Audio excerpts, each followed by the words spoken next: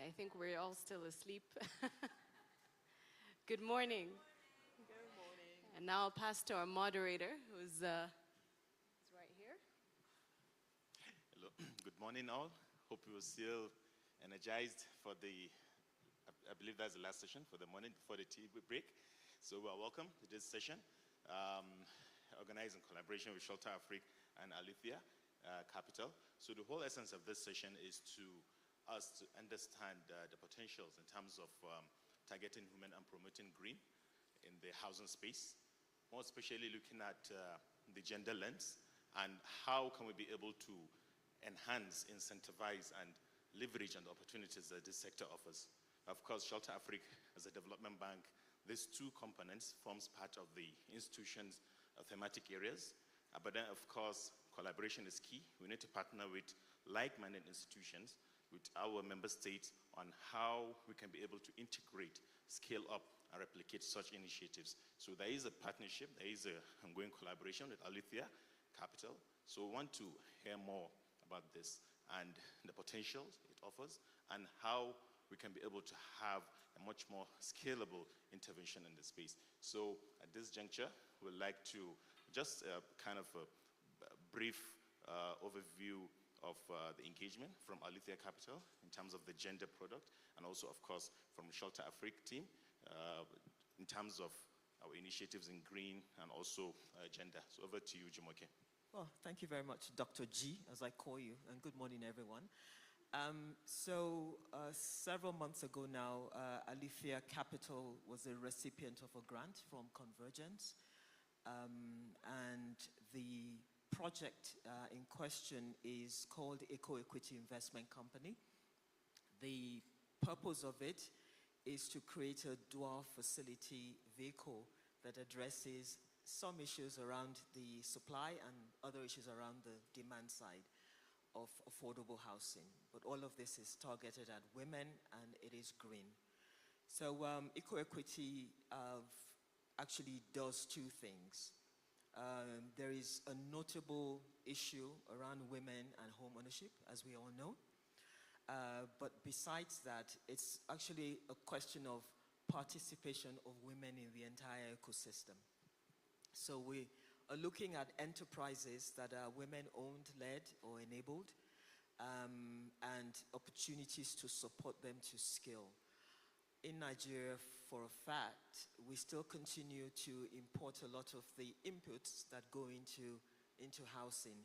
And so there is some kind of misnomer here because we talk about affordable housing, yet we understand the impact of exchange rate differentials, for example, and how that affects the costs of housing.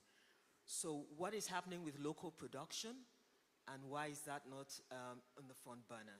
This is one of the issues that this vehicle is addressing, but is addressing it from the perspective of sustainable production and from the perspective of women participation.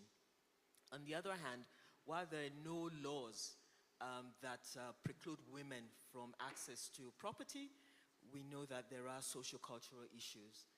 We don't talk about this often enough. They exist and they are systemic. And so this vehicle also is addressing this, looking at this from the perspective of homogeneous groups of women that sit in cooperatives. Now, I know Kenya is very, very popular for SACCOs. We do have cooperatives in Nigeria as well, perhaps not as organized, but we find that this is the vehicle through which we can reach a lot of women and support them through their home ownership agenda. It is not right to think that women do not have aspirations for home ownership, and this vehicle is proving that. Thank you. So over to you, Nisan. We'd like to hear more in terms of, for Shelter Afrique, where do we look at it in terms of the opportunities?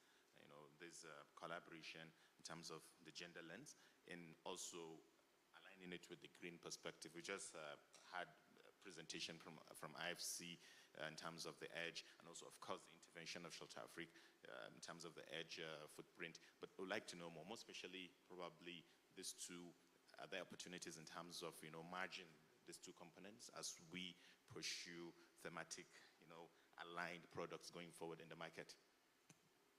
Thank you, Dr. G. I think this particular conversation is imperative. You cannot have a green transition without it being inclusive. And to make it inclusive, at Shelter Afrique Development Bank, we see that we need to unlock women's full participation across housing and the construction value chains in our stream. So as you've said, and as our colleague Njambi shared from IFC, beyond just looking at green affordable housing certifications, we're also looking at the gender lens within this. So women are not just the beneficiaries of green affordable homes, they are the builders, they are the investors, and they are the multipliers of the green transition. So we see it as an intersectionality, and I would like to thank the EEIC team for really putting this conversation on the map, because we cannot discuss sustainability without all the voices being heard. For a simple reason. If we look at this room, and if we look at the women in this room, and we imagine they're not here, that's almost, I would say 50%, if not 60%. I see a lot of fellow women here in the room. So we really can't ignore this conversation, but the real issue that we see at Shelter Afrique is not the fact that there is not enough women doing the work. It's the access to finance. And that's why at Shelter Afrique Development Bank, we recently, in the last 2 years, we've been going through a transformation, what we call the New Down strategy. And as part of this strategy, we've made gender financing key to this. So it's one of our key thematic areas. We have 7. Green climate resilience and gender is one of the top 2 that we're targeting first, as well as ethical finance. And the reason for this is very clear. We cannot move forward. The next homes of the future cannot be built without being able to have inclusive finance being part of the conversation. So at Shelter Afrique, we've identified, first of all, that we're creating a special funds dedicated to women in housing and women in housing and construction value chain. The stories are there, but being able to tailor the financing to women.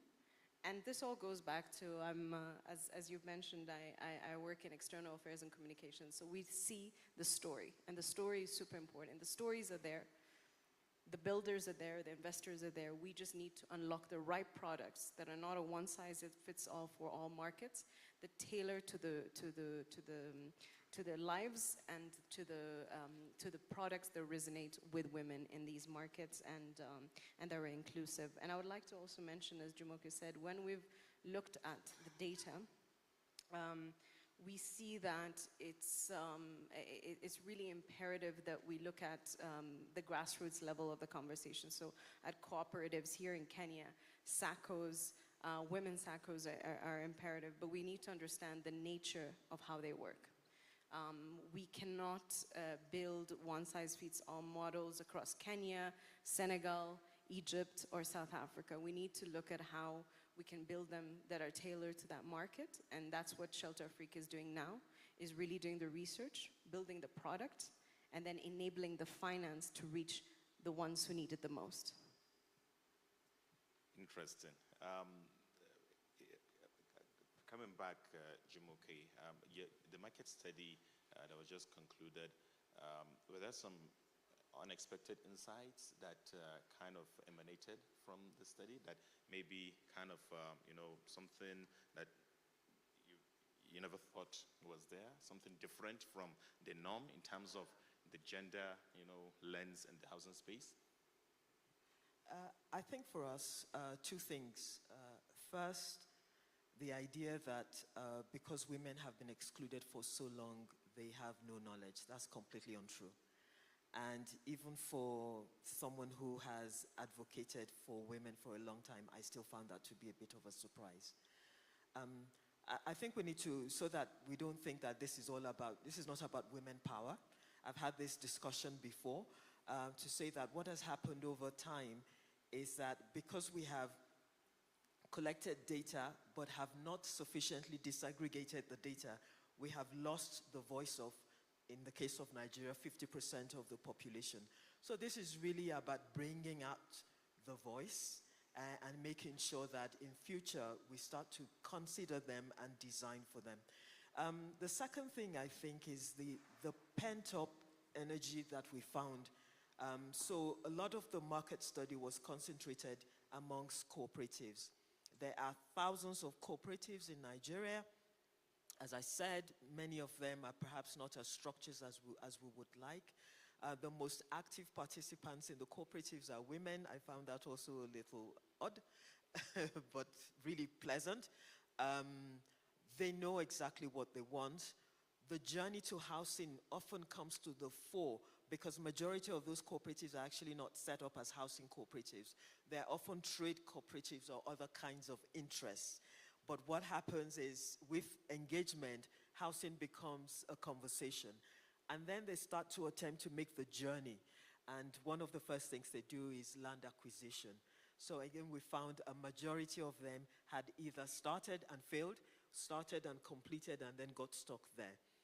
And the work that we're doing with EEIC also would require us to support them with quite a bit of technical assistance, and there is a lot of that available.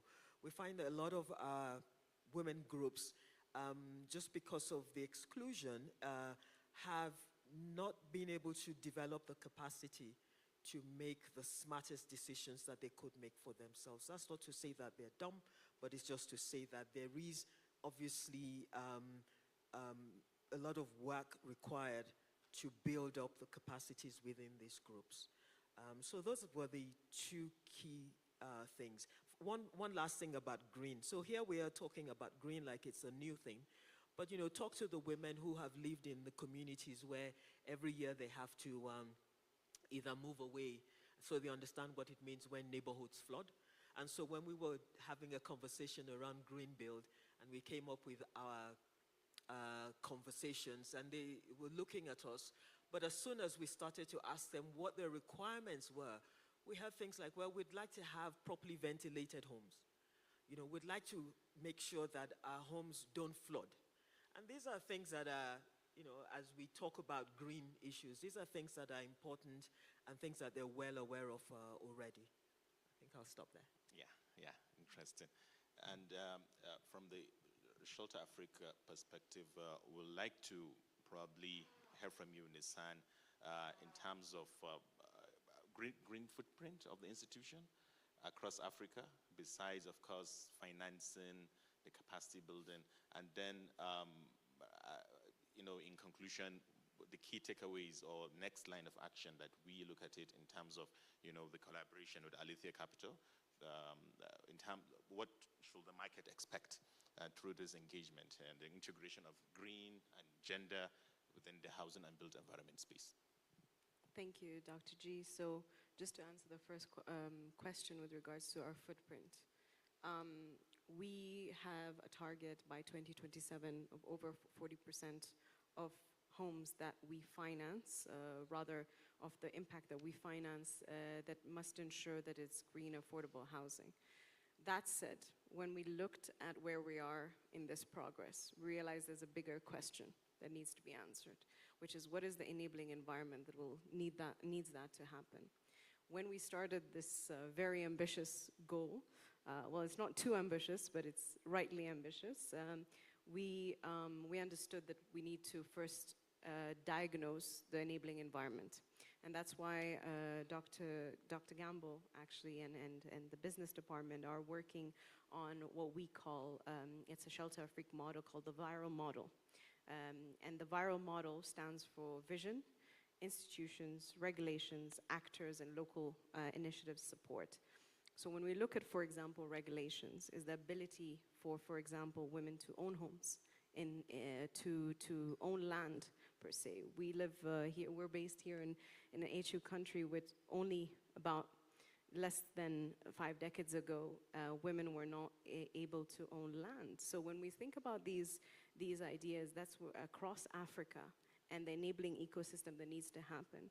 We cannot move forward, again, as I said, without, first of all, solving the policies, the regulations, and also ensuring the right ecosystem is in place to finance housing that is both green and inclusive. So first is the enabling environment that we're targeting to reach that goal.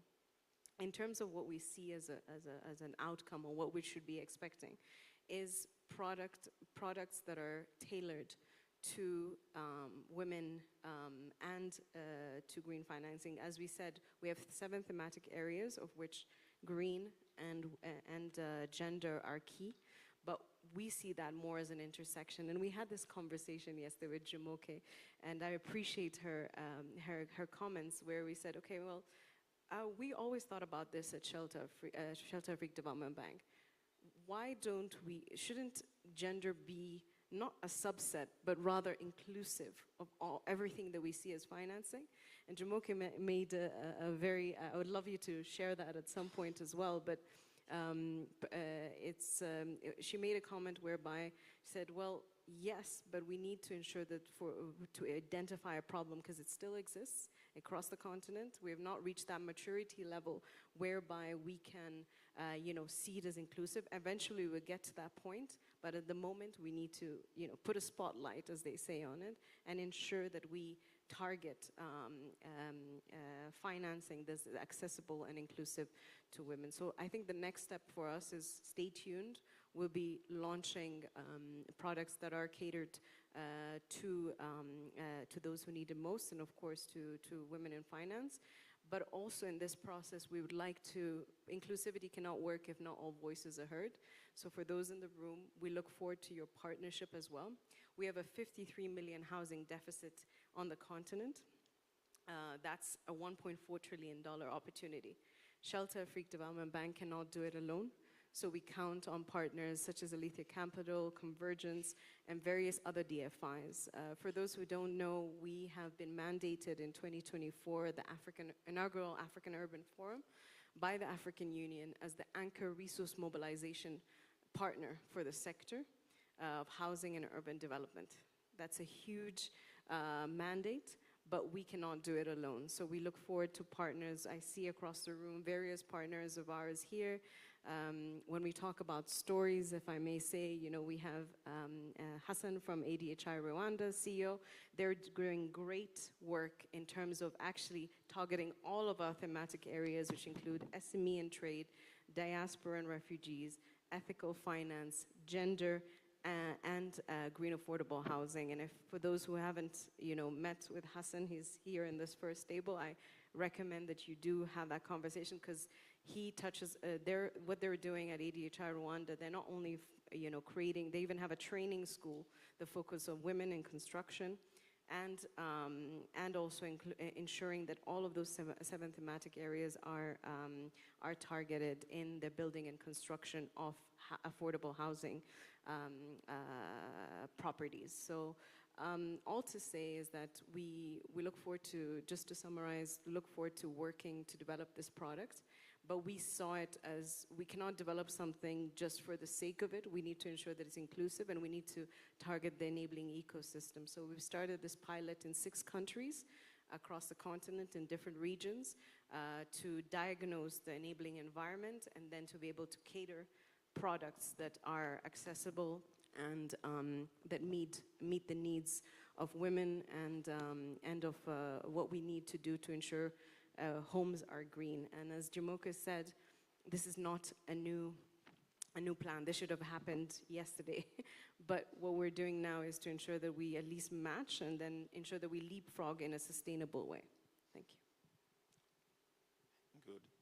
I'd like to also hear from you, Jumoke, in terms of how do you perceive the power of collaboration, in this making it happen, moving from this study, the feasibility, the market study outcomes, in terms of scaling it up, replicating, and really practical outcomes that we look forward to probably in the next AUHF, maybe able to report, and showcase these examples so that people really take it up and see the potentials going forward. Thank you. I'm in the business of getting my hands dirty. I mean, nothing wrong with paperwork and studies and reports. I mean, they give you 2 things. They give you a bit of confidence that you've done your homework, and therefore you can go with the assumptions that you have made with a lot more confidence. But more than all of this is the ability to do pilots. I have spent many, many years doing pilots on all kinds of initiatives in the value chain of housing production. Focusing on women, focusing on green, focusing on alternative building technologies. So there is those outcomes. Not everything works 100%. What I'm looking forward to now, and that's the conversations that we're having with some partners, and we'll be engaging a lot more to participate alongside us, is to take this from report to pilot, working with the key participants of cooperatives, the financiers. There are interesting things that we have seen with regards to capital that's available for initiatives like this, green and women. We're taking full advantage of them. We understand the issues are actually with enterprise and women and MSMEs. There's a whole lot more work that's been done in that space, and we're riding on the back of that as well. So for us, it's exciting times. I'm hoping that we'll report the outcomes of a proper pilot that's been done over the next year, and that should then lead us to building out the proof of concept fund that we're seeking to raise. So thank you very much for that. Thank you. One last thing I have to say as well is this is not premised out of some emotional reaction. This is premised out of the fact that Alitheia currently manages the biggest gender fund in Sub-Saharan Africa, the Alitheia IDF Fund. And this is not funding for the bottom of the pyramid businesses. This is about growth capital for established women-led, owned, or enabled businesses. And the challenges or the things that we've seen and the lessons that we've learned from this tells us that this is not about a class or an income bracket. This is about a systemic issue that we have to address. And so looking at addressing it from the bottom is something that is really important to us. Thank you very much. Thank you. So as we conclude, please let us keep the conversation going. Alitheia Capital team, Jumoke, available, a Shelter Afrique team, myself as head of policy research and also head of comms. Please let us engage if there are any further insights, further areas of collaboration, because the reality is no single institution can do it alone. We need to leverage each other's capabilities, strengths, so that we can be able to really hit the ground running. So at this juncture, I would like to say thank you for your time.